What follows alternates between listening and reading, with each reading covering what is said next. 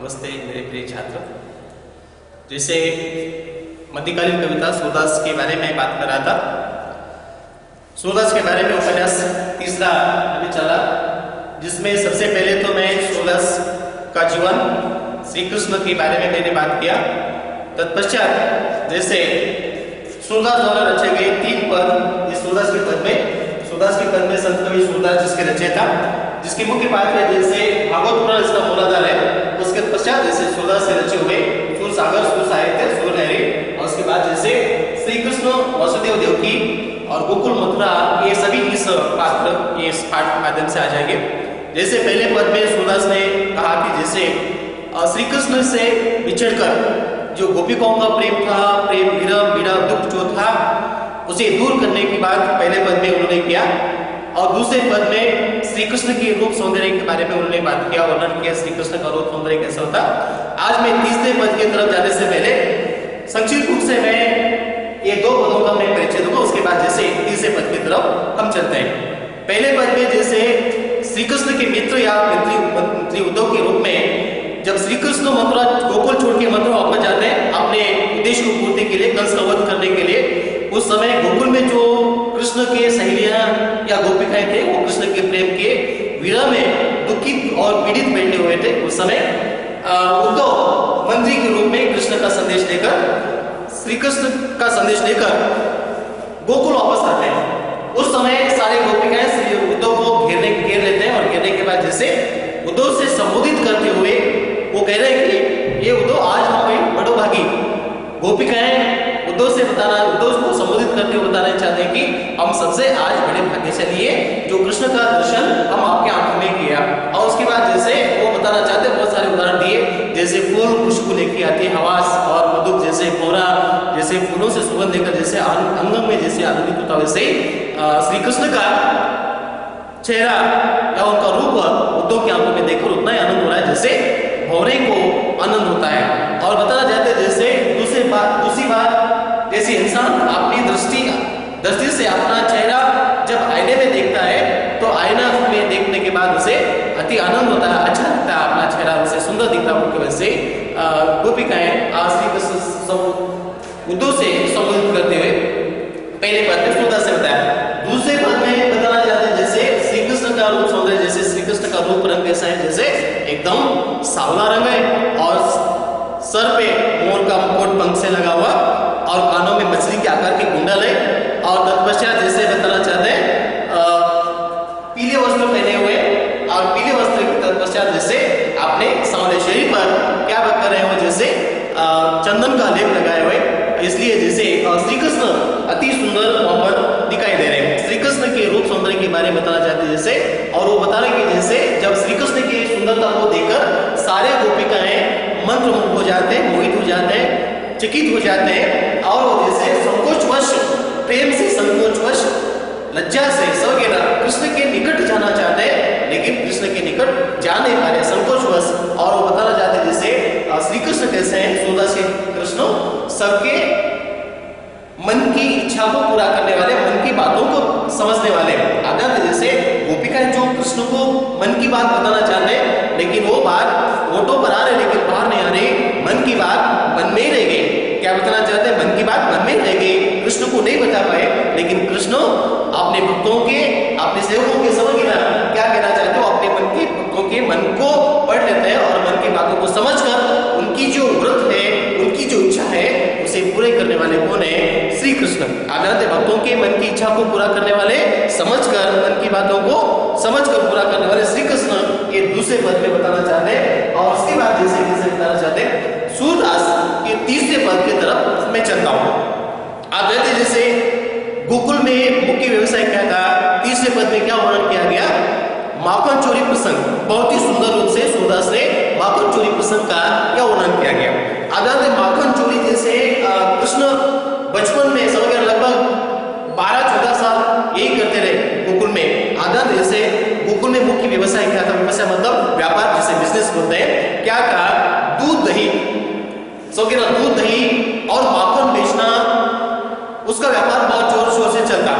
ऐसे समय पर घर घर में बहुत सारे गाय आ जाते, जैसे बहुत सारे ग्वालाएं गायों के बीच में रहते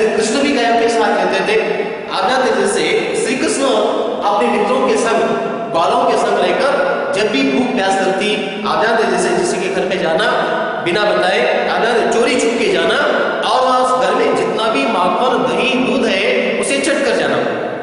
श्री कृष्ण का ये रोज का दिनचर्या बन गया। श्री कृष्ण किसी के घर में कहीं भी रख ले दो माखन, कितना भी रहने दो दही दूध, अपने मित्रों के साथ जाकर उस घर में जितना दही दूध माखन है उसे चटकर चोरी चोरी से चुपके से खा जाते थे। ये किसी को पता नहीं चलता था। आप जानते से चोरी करते से जब भी वो भी कहें सर पे हांडा लेके जाते दूध दही का उसे फोड़ना खाना।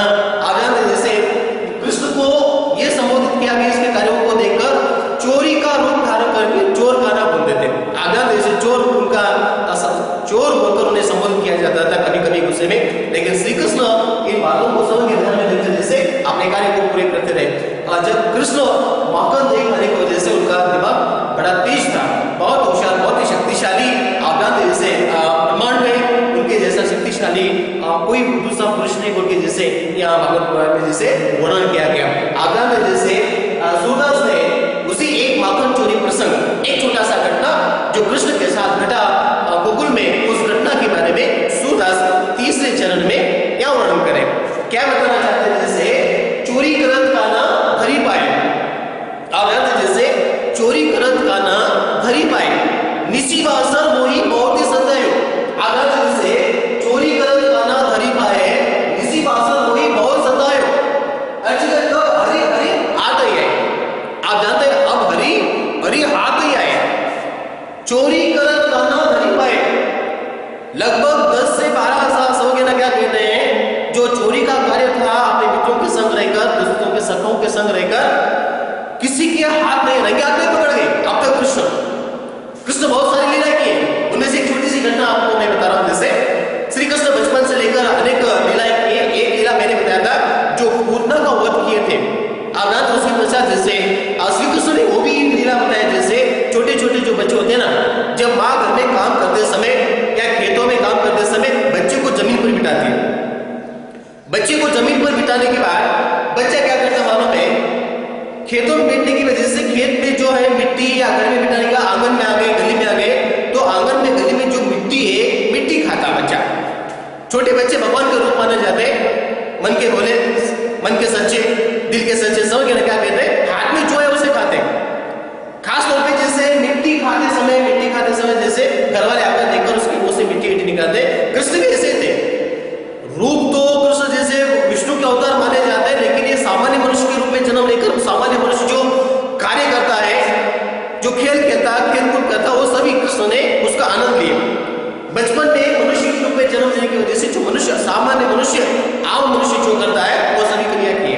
आप जानते जैसे घरों के जैसे घुटनों से चलना, मिट्टी खाए, मिट्टी भी खाते थे। आप जानते जैसे जमीन में गिरा हुआ रास्ते पे आंगन में झुक रहा है वो मिट्टी खाते थे। एक समय के बाद आपको मालूम होगी जैसे श्री कृष्ण मिट्टी खा रहे हैं बचपन में, तो बहुत सारे उनके मित्रों ने देखा और जाकर उसकी मां से शिकायत की, कृष्ण की मां से, यशोदा से शिकायत किए। यशोदा को शिकायत करने का यशोदा भागते भागते आगे लकड़ी लेकर आए कृष्ण को मारने के लिए, उसे समझाने के लिए। आप जानते जैसे कृष्ण छोटा है, बचपन में कृष्ण के मुंह पे मिट्टी लगा हुआ, कीचड़ लगा हुआ यहाँ, आप जानते माँ को देखकर वो मुंह बंद कर लिया, खाना बंद कर लिया, मुंह में मिट्टी भरा हुआ है। आप जानते छोटे बच्चे ऐसे करते, माँ को देखकर डर जाते हैं और मुंह में जो कुछ भी है वो मुंह बंद करके वैसे बैठ गया, मुंह में बहुत सारी मिट्टी भरी हुई। आप जानते जैसे यशोदा बोले जैसे कृष्ण सो गए ना, मुंह खोल, जल्दी जल्दी मुंह खोले, क्या है मुंह में क्या भरा हुआ है। तो श्री कृष्ण मुंह खोलने की तैयार नहीं। आप जानते फिर भी मारने की जैसा कि बहुत सारे प्रयास करने के बाद श्री कृष्ण ने दूसरी लीला अपने मां को बता दी। आप जानते जैसे जो बच्चा मिट्टी खाना बोल के मां दुखी थी, जब कृष्ण बचपन में अपने शैशव अवस्था में जब मिट्टी खाता हुआ मुख को खोल दिए, खोलने के बाद आप क्या कहते जैसे उनके मुख में सारा ब्रह्मांड, जितने भी नवग्रह है वो कैसे कृष्ण के मुंह में घूम रहे, पूरा ब्रह्मांड ही होगा। आप जानते इस दृश्य को देखकर जितने भी ग्रह हैं, नवग्रह जिसे बोलते हैं, वो सारे ग्रह कहां पर है, कृष्ण के मुंह में। आप जानते कृष्ण के मुंह में घूमते घूमते पूरा ब्रह्मांड दिखा दिया, मिट्टी तो छोड़ा। यशोदा को समझ नहीं आया ये कृष्ण के मुंह में है क्या। आप जानते जैसे उसकी माँ और ऐसे हड़बड़ाकर जब सुनाने से पहले कृष्ण याद वैसे जैसे के तैसे करेंगे। एक कृष्ण की बहुत सारी लीला है, कृष्ण के बारे में जितना ही बात करो भगवत पुराण के अनुसार आप जानते कृष्ण क्या चर्चा बहुत ही बड़ा व्यक्तित्व तो बहुत ही बड़ा, चरित्र बहुत ही बड़ा है। आप जानते हैं कृष्ण बचपन में ऐसे बहुत सारे लीला करते करते, आप जानते जैसे जब बहुत सारे जब माखन ऊपर रखते हैं तो बच्चों के पीठ पर खड़ा होकर माखन खाना, बच्चों को देना, सारा हांडी खाली करते करते एक समय ऐसे कई दिनों से गोकुल में सारे गोपिकाएं, सारे बहनाएं तंग आ चुके, नाक में दम कर रखा है कृष्ण, आप जानते जैसे, लेकिन किसी की हाथ आज तक नहीं है। कब चोरी कर देते, कैसे चोरी करते थे, कैसे आते थे, कैसे जाते थे, ये किसी को पता ही नहीं था। लेकिन सबके मन में ये था कि ये काम किसका है, कृष्ण का है। कृष्ण और उनके मित्र, ये सभी मिलकर उनकी टोली जैसे बोलते हैं। आनंद उनका झुंड था। कृष्ण अकेले चोरी नहीं करते थे, अकेले नहीं खाते थे, अपने मित्र जितने भी लोग हैं उन सबको खिलाते थे, खुद खाते थे। उनकी बहुत बड़ी टोली थी, गौलों की टोली। आजाद जैसे गायों को लेके जाना जंगल में, वहां पर भी गायों के साथ रहते थे। आजाद फिर उसके बाद जैसे गोकुल रहने के बाद रहते, कई सालों के बाद, कई दिनों के बाद बहुत सारे गोपिकाएं कृष्ण को पकड़ने के लिए जाल बिछा कर बैठे पूरे गांव में। आज ना कल ये माखन चोर करने वाला, माखन चोरी करने वाला एक ना एक हमारे हाथ जरूर आएगा। आनंद ऐसे जाल बिछाए हुए, इस जाल में अचानक कई सालों के बाद भगवान कृष्ण उस जाल में फंस गए। एक गोपी के घर में आप जानते जैसे गोपी क्या होते हैं, बहुत सारे बहनें, गांव जैसे गांव है, वहां पर कुछ लोग होते हैं सीधे साधे भोले वाले, कुछ चतुर लोग होते हैं, बहुत शक्तिशाली होते हैं। आप जानते उनमें से बहुत शक्तिशाली गोपिका है, बहुत ही खट्टी खट्टी जैसे बोलते हैं। उसी के घर में चोरी करते समय श्री कृष्ण उस गोपी के हाथ रंगे हाथ पकड़े जाते हैं। रंगे हाथ पकड़ने के बाद सूरदास इसी घटना का क्या वर्णन कर रहे हैं, चोरी करत का न धरी भय, रंगे हाथों श्री कृष्ण पहली बार माखन चोरी करते हुए किसी गोपी के हाथ सपड़ गए। सपड़ने के बाद वो दृश्य कैसा है, आपको लगता होगा जैसे अगर चोरी करते हुए कोई चोर रंगे हाथों पकड़ जाता है संसार में, समाज में, तो उसकी हालत क्या होती है, उसकी दशा क्या करती है समाज के लोग, समझ ना, आप अच्छी तरह से जानते हैं। वो चोरी किया यार मालूम नहीं, अगर चोरी करते करते किसी घर में घुस गया, अगर लोग पकड़ लिए उसे, उसकी दशा क्या करते हैं लोग, आपको अच्छी तरह से मालूम है। आनंद जैसे लोगों के हाथ में सपड़ गए तो बताओ, कृष्ण तो एक नहीं दो नहीं कई सालों से, कई वर्षों से चोरी कर रहा था, किसी के हाथ आ रही नहीं था, उसके खिलाफ कोई सबूत ही नहीं था। लेकिन आज कृष्ण हाथ में सपड़ गया, गोपी के हाथ में रंगे हाथ पकड़ने के बाद आप उसकी दशा क्या हो सकती है आप अनुमान लगा सकते हैं। लेकिन जैसे आप अनुमान लगा रहे और अनुमान लगाकर जो बैठे हैं कि मैं ऐसे बोलने वाला हूं, आगे कृष्ण के साथ ऐसे घटना होगा, उसे ऐसे मारपीट करेंगे, ऐसा कुछ नहीं होता। सूरदास ने अनोखी रूप से कृष्ण के माखन चोरी का प्रसंग का क्या वर्णन किया गया। चोरी कर ना गरीब आए, निसी वासर मोही बहुत सताए। आजाद जैसे चोरी करते करते जब पकड़ गया तो गोपी बोले जैसे रात दिन तुमने बहुत सताया, निसी वासर दिन रात, आजाद 24 घंटे आपने हमें बहुत सताया, निसी वासर बहुत ही मोही सतायो, हमें बहुत बहुत बहुत सताया तुमने। आजाद जैसे चोरी करते के बाद 12-24 घंटे आपने हमें इतना सताया, आज मैं तुम्हें छोड़ूंगी नहीं। आजाद जैसे चोरी करत का ना दरी पाए, निसी वासी बहुत मोयो सताया। अब आगे क्या कहना चाहते हैं, अब कभी आती आए, अब कई दिनों के बाद, कई दिनों के पश्चात, कई प्रयास करने के बाद आप तुम हमारे हाथ लगे हुए, अब हम तुम्हें नहीं छोड़ेंगे, तुम्हें ऐसा दंड देंगे, समझे ना। आजाद आज तक जितना भी तुमने हमसे माखन चोरी करके खाए वो वापस लेकर रहेंगे। वो बताना चाहता है ये माखन नदी मेरो सब खायो बहुत अजगरी किन्नी, माखन नदी मेरो सब खायो अजगरी किन्नी, माखन दही दूध घर में जो कुछ भी है उसे चट कर दे, बहुत आश्चर्य में डाल दिया, बहुत परेशान की, नाक में दम किए। आजाद इस घर में जितना कुछ था माखन दही मेरो सब खायो बहुत अजगरी किन्नी, और बताना चाहते जैसे अब तो भाग पर तुम्हें मैं गले में चीनी, अब तो भाग पर लालू मैं तुम्हें गले चीनी। आ जाते अब छोड़ने वाले नहीं हुए, रात दिन सता के, रात दिन चोरी करके सो गए ना, कई दिनों के बाद आप हमारे हाथ लगे हुए, आज मैं तुम्हें नहीं छोड़ूंगी, सो गए ना। क्या बताना चाहते हैं जैसे आपने हमारे नाक में दम कर दिए, तंग किए,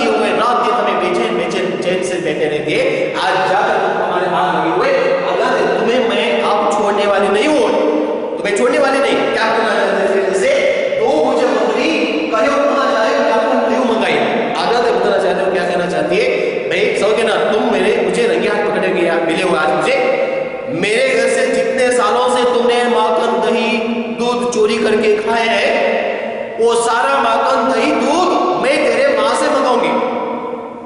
तेरे मां को शिकायत करूंगी मैं, तुम्हारे मां से शिकायत करके मेरे घर से जितना भी तुमने माखन दही दूध खाया चोरी करके वो सारा का सारा ब्याज सहित वापस लूंगी, छोड़ने वाली नहीं मैं। आजाद जैसे इतना बोलने के बाद क्या बताना चाहते, दो मुझे बकरी कहे हो कहां जाए माखन नहीं मंगाई।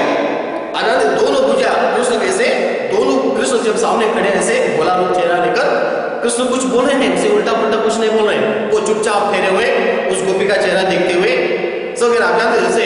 फिर दोनों भुजाओं को गोपी पकड़कर कृष्ण की भुजाओं को पकड़कर उसे हिलाती हुई बोल रही कि समझे ना, आप मुझे नहीं छोड़ेगी, सीधा तेरे माँ के पास लेके जाऊंगी और तेरे माँ से दही दूध माखन सब कुछ वापस लाऊंगी, आप छोड़ूंगी नहीं बोलती जैसे। उसे ऐसे ही कि बस एक मारना है बस, लेकिन फिर भी दोनों भुजा पकड़कर उसे जब ऐसे ऐसे ऐसे हिला रही है, हिलाते समय क्या क्या कर जैसे श्री कृष्ण जब माखन खाकर जैसे चुपचाप ठहरे हुए अपना भोला सा चेहरा लेकर ना उसके चेहरे को देखने नीचे ऐसा मुंडी रखकर ठहरे कि ऐसा लग रहा है कि श्री कृष्ण चोरी किए नहीं, चोरी नहीं किए, ऐसा ठहरे, उनको कोई फर्क ही नहीं गिरा। आगाम में कुछ लोग होते हैं घर में जब मारने आएंगे, जब बच्चा भाग रहा डर डर के उसे पीठ लग कर मारते हैं। आप जानते जिसे गले में कुत्ते समझो, जानवर भी ऐसे करते हैं। जब एक कुत्ता डर के भाग रहा है उसके पीछे 20 कुत्ते लगे हुए, जब भागता भागता भागता कुत्ता अपने गली में जाके जब वापस मुड़ के ठहर गया, जितने कुत्ते आ रहे थे सब ठहर जाते हैं।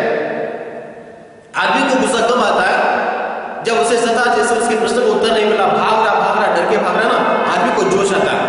घर में बच्चा डर के भाग रहा, पिताजी उसे पीठ लग कर मारे, लग कर मारे। जब बच्चे समझे ना, कुछ बच्चे ऐसे होते हैं, कृष्ण ऐसा है, कुछ भी बोलो फर्क नहीं गिरा, अगर उल्टे पुल्टे बातें करें तो शायद गुस्सा आ सकता है। वो भी बहुत डांट रहे, बहुत फटका रहे, उसे हिला रहे, सोगेना झटके दे रहे उसकी भुजा पकड़कर। कृष्ण एक नहीं, दो नहीं, गिरना नहीं, डूबना नहीं, 10 से बस नहीं, बस कृष्ण अपनी जगह पर ठहरे हुए, चुपचाप ठहरे, जैसे लकड़ी का खंभा होता, कुछ फर्क नहीं गिरा। उसके सामने रो रहे, हंस रहे, डांट रहे, फटका रहे, वो क्या क्या बोले उसे समझ में नहीं आ रहा, वो चुपचाप ठहरा हुआ। मैं बता रहा था जैसे बच्चे जब घर में डर डर के भागते हैं तो पीठ लग के मारते घर में। कुछ बच्चे ऐसे होते हैं जब पिताजी या बड़े कोई उसे मारने जा रहे हैं तो बच्चा बोलता है ठहरिए मैं उधर ही आता हूं, आप इधर मत आइए, मैं आता हूं, आप क्यों आ रहे हो। उनके प्यार पास जाके ठहरता बच्चा और बोलता है जैसे आपको जितना मार रहे मारिए, समझे ना। जो डर डर के भाग रहा बच्चा उसे पकड़ पकड़ कर मारे, जब दूसरा बच्चा मारो बच्चों के सामने आकर सर झुका रहा है उसे नहीं मारा जाता। आप जानते जैसे जब मारो बोल के बच्चा सामने ठहरा पिताजी के सामने, पिताजी का गुस्सा ठंडा हो गया, वो मारने की जगह बच्चों को देखते रहे, क्या बेचे ना मैं बोले मारना ना, मारने के लिए जा रहे थे। जब बच्चा बोला तो मत आइए, मैं आता हूं आपके पास, आपको जितना मार रहे मारी। जब बच्चा आके पिताजी के सामने सर झुकाकर ठहरा तो पिताजी उसे नीचे से ऊपर देखे, 2-3 बार देखने के बाद उनका सारा गुस्सा उतर गया और वो बोले जैसे क्या बेचना में, दूर हो जा मेरे नजरों से, निकल घर से बाहर। देखो बच्चा मार खाता था, खुद आया मारने की वजह से उसे घर से बाहर निकल दे। बच्चा बोला ये तो मैं चाहता था, ये तो मैं चाहता था, समझे ना। आधा में बच्चा घर से बाहर जाता चला गया। अब बात की बात बाद में, लेकिन समय के साथ था, लेकिन दूसरा जो पहला वाला बच्चा था वो घर में भाग रहा, इधर से उधर भाग रहा, मारने खाने से बचाव करना चाहता है, लेकिन उसे पकड़ पकड़ कर उसे मारे, पकड़ पकड़ के मारे, आजाद है। लेकिन ये दूसरा जो बच्चा है मारो बोल के जब सामने आया तो सारा गुस्सा ठंडा हो गया। ये तो समाज की रीति रिवाज है, समाज की परंपरा बोलो जिसे क्या कहते हैं, समझे ना। जो आदमी डरता है उसे डराते, जो आदमी नहीं डरता है उसे डराना छोड़ देते, समझे ना। आप जानते जैसे श्री कृष्ण भी वैसे है, जो माखन चोरी करते समय रंगा हाथ जब पकड़ गए, गोपी के सामने ऐसे ठहरे हुए, ऐसे ठहरे हुए, उन्होंने चोरी किया है नहीं, चोरी किए लेकिन वो कैसे ठहरे कि गोपी मुझे ही बात करे, किससे बात करे, कोई फर्क नहीं गिरा, फर्क ही नहीं गिरा, चुपचाप गोपी के सामने ठहरे हुए, आराम से ठहरकर। फिर गोपी को इतना गुस्सा आया, इतना गुस्सा आया, कितना गुस्सा आता है, कितना चिल्लाएगी, अकेली कितना चिल्लाएगी। जब झगड़ा करते हैं ना तो अपने और सामने जब वाद विवाद होता है तो झगड़े में आनंद आता है। अकेला डांट रहा, दूसरा चुपचाप ठहरा है, कब तक डांटा है, घंटा 2 घंटा डांटेगा, फिर वापस थक के वापस जाएगा, झगड़ा मिट जाता है। जब दोनों सो के नाम जैसे दोनों अगर उनका जम के, यही बता रहा हूँ संसार में आपको मालूम, जैसे सज्जनों में दोनों, एक व्यक्ति जब उधर से आ रहा, आप इधर से जा रहे, जाते समय उधर से दुर्जन आ रहा, जैसे सांड बोलते थे, सांड आप जानते, जैसे रास्ते से आते समय कभी कभी कभी तो झगड़ा होता, एक आदमी इधर से आ रहा है रास्ते से, सो क्या ना, एक सांड इधर से आ रहा है और दूसरा इधर से आ रहा है। अब आते समय ये क्या सोच रहा है, आने तो सामने वाले को रास्ते में छूटता मैं, अकड़ के जा रहा हूँ, रास्ते से अकड़ के जा रहा, अदल है, ये आया इधर से आया, ये भी इधर से आ रहा है, ये आते आते ऐसे सीधा रहा, लेकिन ये क्या किया, अपना रास्ता बदल दिया, रास्ता बदल दिया, रास्ता बदल के इधर से निकल गया। और ये जो सांड था, ये सोच लिया मुझे डर के चला गया, वो डर के नहीं चला गया, वो समझ के चला गया। समझदार है वो। आप जानते जैसे कभी कभी ऐसा होता है मार्केट में, ऐसा तो आप जा रहे हैं, फिर आप क्या करें, फिर इधर से आ रहा है, एक इधर से व्यक्ति आ रहा है, इधर से आ रहा है, आप जानते जैसे आते आते ये होना है कि मैं भी रास्ता नहीं छोड़ता, ये भी नहीं रास्ता छोड़ता, दोनों रास्ता नहीं छोड़ने वाले, तब क्या होता होगा, वह लड़ाई होगी, ये भी सांड बोला मैं रास्ता नहीं छोड़ता, ये भी सांड बोला मैंने रास्ता छोड़ता, तो दोनों के बीच में घर्षण हो जाता। लेकिन कभी कभी ऐसा होता है जब ये व्यक्ति इधर से आया, ये रास्ता इधर बदल दिया, ये रास्ता इधर बदल दिया, कभी कभी ऐसा होता, हम भी रास्ता छोड़ के इधर गए, वो भी रास्ता उधर छोड़ के गए, बीच में खाली तो ना। इसलिए बोलते हैं दोनों में एक समझदार होना बहुत जरूरी होता है। दोनों ना समझ हो गए तो झगड़ा होता है, दोनों समझदार हो गए तो बहुत अच्छी बात है, और तीसरे का प्रवेश हो जाता है, दोनों के बीच में तीसरे का पैदा। आप जानते हैं जैसे इसलिए बताना चाहते हैं, श्री कृष्ण गोपी के सामने उसकी बातों के बदले में कुछ नहीं कह रहे, चुपचाप ठहरे हुए, गोपी थकी थकी बोल बोल के डांट डांट के थके। आगाज उस समय श्री कृष्ण बोलो बताए, दो भुजा पकड़ी कयो गए जाए माखन लिहूं गई, दोनों भुजा पकड़कर उसके मां से शिकायत करने की बात करें, या उसके मां से दही दूध माखन वापस लेने की बात करें। उस समय श्री कृष्ण क्या कहते हैं, आगे देखिए। श्री कृष्ण पहली बार समय देखकर वो चतुर लोग होते हैं, अच्छी तरह से समय के साथ अपना प्रस्ताव रख देते हैं। श्री कृष्ण अब तक चुप बैठा, खामोश बैठा बैठा बैठा बैठा, फिर उसके बाद क्या किया मालूम है, 1300 में एक न खाओ सगा वे सब मालूम है, 1300 में एक न खाओ सगा खाए सब गए, 1300 बोलो, तेरी कसम तेरी सौगंध, तुम्हारी सौगंध। गोपी के सामने अपना चेहरा सा, मासूम चेहरा सा, मुक्त चेहरा बना के, आंखें नम करके, सर झुका के, उसका जो शारीरिक भाषा है वो कैसा लग रहा, उसे देखते एकदम मासूम। शारीरिक भाषा अच्छा होना संसार में आदत, जैसे शारीरिक भाषा जिसकी अच्छी होती है वो संसार में अच्छा माना जाता है। बॉडी लैंग्वेज जिसे बोलते हैं, बॉडी लैंग्वेज, बोलने का तरीका, चलने का तरीका, बैठने का तरीका, सोगे ना, उंगली कर करके बातें करने का तरीका, स्वर उठा के बात करने का तरीका, गर्दन उठा के बात करने का तरीका, आंखें बड़े बड़े करने के तरीके, ये शारीरिक जो भाषा होती है ये ऐसा अच्छा लगता है। जैसे सज्जनों की जो शारीरिक भाषा होती है, बॉडी लैंग्वेज बहुत अच्छी होती है। आजाद जैसे उनके अंगन के रूप से ऐसा प्रेम से लग रहा। आजाद जैसे जब कोई व्यक्ति किसी अतिथि का स्वागत करता है, नरम शारीरिक भाषा लेकर, उसे बहुत ही रोमांच हो जाता है। आजाद जब पॉकेट मार बोल के आयो आयो बोला नहीं सकता। आजाद जैसे क्या होना चाहिए, एकदम सरल रूप से समझे ना, उसकी शारीरिक भाषा इतनी अच्छी, इतनी कोमल है उसकी शारीरिक भाषा। गोपिका का जो गुस्सा है ना, इस बातों को देखकर थोड़ा थोड़ा कम होने लगा। क्या करें, 1300 मैं नेकू न खाऊं, सका गए सब खाई, तुम्हारी कसम खा के कहता हूं मैं गोपिका, मैं तुम्हारी कसम खाता हूं, तुम्हारी सौगंध खा के कहता हूं मैं इतना भी माखन नहीं खाया, मैं तो भूखा हूं। ये जो मेरे सारे मित्र थे, मेरे सका बोले तो सारे मित्र थे ना, मेरे सारे मित्र मिलकर माखन दही दूध सब खाकर चले गए, और जाते जाते उन्होंने मेरे मुंह को लगा के गया, मैं इतना भी नहीं खाया, तुम्हारी कसम खा के कहता हूं मैं। देखो कैसा कितना भोला बन गया कृष्ण उस गोपिका के सामने, इतना भोला, उसकी शारीरिक भाषा ऐसी हो गई कि सचमुच वो 2 दिन से भूखा है, सचमुच में वो कुछ खाया ही नहीं। ऐसा लग रहा कि पेट को हाथ पकड़ के बोला, जैसे जब भी मैं किसी घर जाता हूं दूध दही खाने के लिए, माखन खाने के लिए,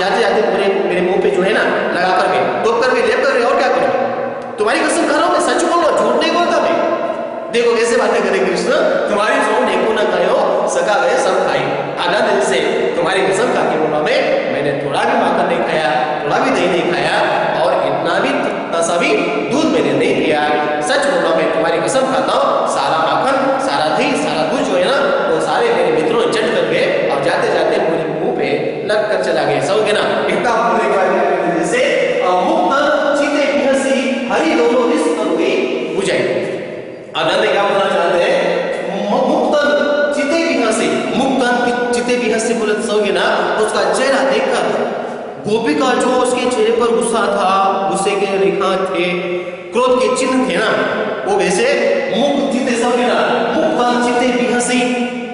श्री कृष्ण का भोला सा चेहरा देखकर, भोला सा सूरत देखकर गोपिका के चेहरे पर थोड़ा सा मुस्कान आ गया, हंसी आ गई। उसकी बातें सुनकर कृष्ण इतने लीलावादी थे, इतना मायावी, समझ गए ना, बड़े बड़ों को समझ गए उनका गुस्सा ठंडा कर देते, बड़े बड़ों का जाते से मुक्त चित्ते भी हंसी, हरि दोनों चीज रिस गई, रिस तब गई बुझाई, हरि दो रिस तब बुझ गई। आजाद पूरा गुस्सा श्री कृष्ण के इन मासूम चेहरे को देखकर, जो मीठे मीठे बातें, वो बातों को सुनकर गोपी के मन में जो क्रोध भरा था कई सालों से, कई दिनों से, कई सालों से, कई वर्षों से, वो सारा गुस्सा एक ही पल में उतर गया, एक ही पल में। आजाद से वो क्या बताना चाहते हैं, हरि दोनों रिस तब गई बुझाई। सारा क्रोध, सारा जो काला मन में था, उसके मन में प्रति जो भावना थी, वेद था, वो सारा सब कुछ मिट गया। आजाद आगे क्या बताना चाहते हैं, जैसे लियो और शाम लाई ग्वालियर विष्णुदास बलि जाए। आजाद से लियो और शाम लाई, लियो और समझे ना, लियो और शाम और लाई ग्वालियर सुदास बलि हरि, लियो और शाम और लाई। आजाद ऐसा क्या बताना चाहते हैं, जैसे उसी समय गोपिका श्री कृष्ण की बातों में आकर, उसके प्रेम की बातों में आकर, मधुर बातों में आकर मारने की जगह भुजा पकड़ी, बिना पकड़ छोड़ दी, रस्सी से बांधने का चेष्टा कर रही थी, रस्सी उसी फेंक दी। और श्री कृष्ण को क्या करते मालूम है, जैसे उसे मारने की जगह, पीटने की जगह, उसे दंड के बदले में क्या कि वो श्री कृष्ण को खींच कर, सबके अपनी तरफ खींच कर उसे अपने हृदय से लगा ली, अपने गले से लगा ली, अपने सीने से लगा ली। आप जानते से इतना प्रेम जैसे, और खुश होकर वालिनी, उसके चेहरे पर इतनी हंसी, इतनी मासूमियत आ गई, और खुश होकर वालिनी उसे दंड देने के बदले में उसे खाने के लिए अपने हाथों से माखन वालिनी कृष्ण को खिलाती है। ऐसे कृष्ण की लीला, ऐसी कृष्ण की माया, ऐसे भगवान कृष्ण सब आप जानते हैं, जैसे संसार के सारे दुखों को, पीड़ों को, कष्टों को मिटाने वाले, उनके मन में जितना भी क्रोध भावना थी वो सब कुछ मिट गया। और वाले सब क्या कहते हैं, ये शाम शाम पूर्व लाई वालिनी सूरदास बलिहारी। ये जो दृश्य था, श्री कृष्ण को मारने के बदले में, क्रोध डांटने के बदले में, उसे दंड देने के बदले में, जब गोपिकाएं उसे अपने हाथों से बड़े प्यार से अपने हृदय से लगाकर उसे माखन खिला रही है और दूध पिला रही, समझे ना, और दही खिला रही है। ये दृश्य देखकर सूरदास उनके श्री कृष्ण के इस बाल लीला के में देखकर, समझे ना, इस बाल लीला को देखकर सूरदास अपने आप को श्री कृष्ण के इस भक्ति में न्यौछावर कर देते, बलिहार हो जाते, बलिदान दे देते अपना जीवन, समझे ना। ऐसे हमारे सूरदास के हरि बोल, जैसे सूरदास तीसरा पद भी यही समाप्त करते हैं। पहला पद श्री कृष्ण का, जैसे श्री कृष्ण के प्रेम में जो विरह था, उस बुरा व्यथा को मिटाने के लिए सूरदास ने वर्णन किया। और दूसरे पद में श्री कृष्ण के रूप सौंदर्य के बारे में उन्हें अच्छी तरह से वर्णन किया। श्री कृष्ण का रूप सौंदर्य कैसा था, सौगे ना, उनका ओढ़ाव पहनाव, हाव भाव कैसा था। और तीसरे पद में जो था कृष्ण के बचपन के जो लीला थी, सौगे ना, उनकी जो क्रिया थी, नटखट मन था उनका बचपन का, जो माखन चोरी के रूप में प्रसंग लाया गया। श्री कृष्ण के माखन चोरी के बारे में यहाँ बात किया गया। आदान जैसे दोहा तो सूरदास के माध्यम से यहाँ समाप्त हो गया, लेकिन इस दोहे से प्रश्न कैसे आता है, प्रश्न का उत्तर होना चाहिए ना। आदान जैसे पहले वाले बताना चाहते हैं क्या प्रश्न आ सकते हैं इसमें दोहे से, आपको परीक्षा में लिखना होती है। दोहा तो समझ गए ना आप जानते, जैसे संपूर्ण रूप से तीनों उपन्यास देखने के बाद आपको दोहा अच्छी तरह से समझ में आ सकता है।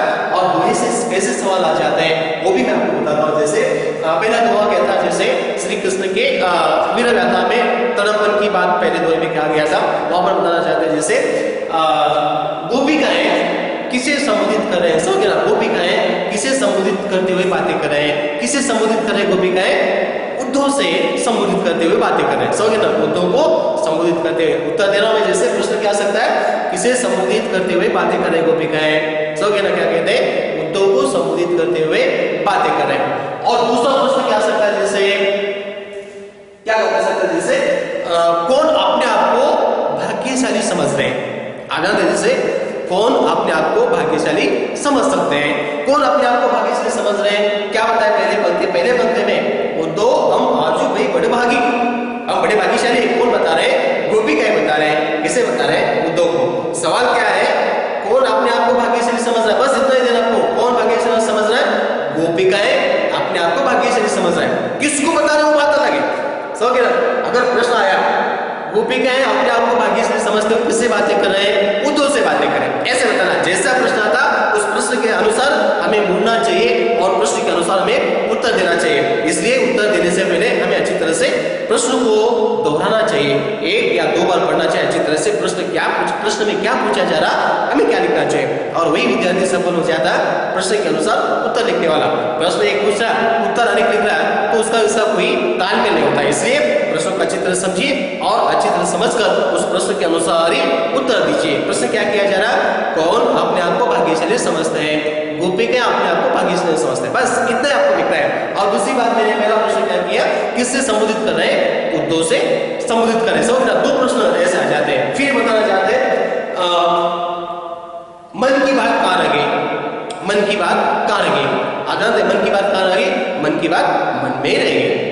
तो क्या कहते हैं? जैसे मन की बात मन में, क्योंकि वो बात कब की? जब कृष्ण से मिलना चाहते हैं गोपिकाएं, लेकिन संकोचवश लाजवश वो श्री कृष्ण को मिलने से लज रहे थे, और मन की जो बात है वो मुख तक आया, ओठों तक आया, लेकिन ओठों से बाहर नहीं आया। मन की बात मन में रह गई। आप जानते हैं इससे यहाँ सवाल आ जाता है। फिर चौथा सवाल आप जानते हैं, जैसे अंतर की बात जानने वाले कौन? अंतर की बात जानने वाले, अंतर्यामी कौन है? कृष्ण। मैंने बताया आप जानते हैं, जैसे अगर गोपिकाएं संकोच उनके पास जाने से डर रहे, लजा रहे, शर्मा रहे, तो समय कृष्ण अंतर्यामी मतलब उनके मन में, सामने वाले के मन में जो चल रहा है वो सब कुछ कृष्ण को मालूम होता है, क्योंकि साक्षात भगवान ही तो है। इसलिए अंतर्यामी कौन है? श्री कृष्ण अंतर्यामी है। और मन की बात कौन जानने वाले हैं? मन की बात भगवान कृष्ण जानने वाले। सो गया ना? श्री कृष्ण मन की बातों को समझ सकते हैं। आप जानते हैं सूरदास किस पर बलिहारी हो जाते हैं? सो गया ना? किस पर बलिहारी हो जाते हैं? बलिहारी मतलब अंत में मैंने बताया श्री कृष्ण के इस प्रेम पर। समझे ना? श्री कृष्ण का जो लीला है, श्री कृष्ण पर ये बलिहार हो जाते। कौन? सूरदास यहाँ बताना चाहते हैं। समझे ना? ऐसे ही कुछ सवाल आ जाते हैं परीक्षा के माध्यम से। आप अच्छी तरह से को पढ़िए अगर आपके पास टेक्स्ट बुक है। समझे ना? फिर मैं क्यों आपको बार बार बोल रहा हूँ, क्योंकि ये जैसे हमसे तुमसे दूरी बनाया हुआ है। जैसे अगर आप कक्षा में होते तो शायद मैं आमने सामने बात कर सकता था, लेकिन आपसे दूरी से मैं ये बातें कह रहा हूँ। जैसे इसलिए मैं बार बार आपको दोहरा कर बता रहा हूँ, ताकि आपको सुनने में या पढ़ने में, समझने में दिक्कत ना हो। समझ गए ना? मैं एक बार बोल के भी छोड़ सकता हूँ, लेकिन मैं बार बार क्यों बोल रहा हूँ? 1 से 2 बार क्यों बोल रहा हूँ? ताकि आपको अच्छी तरह से समझ में आए। ताकि अगर मैं आपके सामने होता तो आप खुद उठकर आप मुझे सवाल करते, इसका मतलब क्या है, इसका प्रश्न क्या है, इसका प्रश्न का उत्तर क्या हो सकता है। लेकिन आप हमसे तालमेल नहीं हो रहा है, जैसे बातचीत नहीं हो रही आपसे हमसे, इसलिए दूरी बनाकर रखे हुए। इसलिए आपको बार बार पूछने की नौबत आए, आपको विषय अच्छी तरह समझने के लिए, समझाने के लिए मैंने प्रयास कर रहा हूँ। इसलिए मैं कुछ शब्दों को, कुछ पंक्तियों को बार बार दोहराने का प्रयास कर रहा हूँ। समझ गए ना? तो आप एक बार आप देखें तो शायद आपको समझ में आना, इसलिए मैंने ये मेरा प्रयास जारी है। समझ गए ना? यही पर क्या कहते हैं, जैसे सूरदास से संबंधित दोहा यहीं पर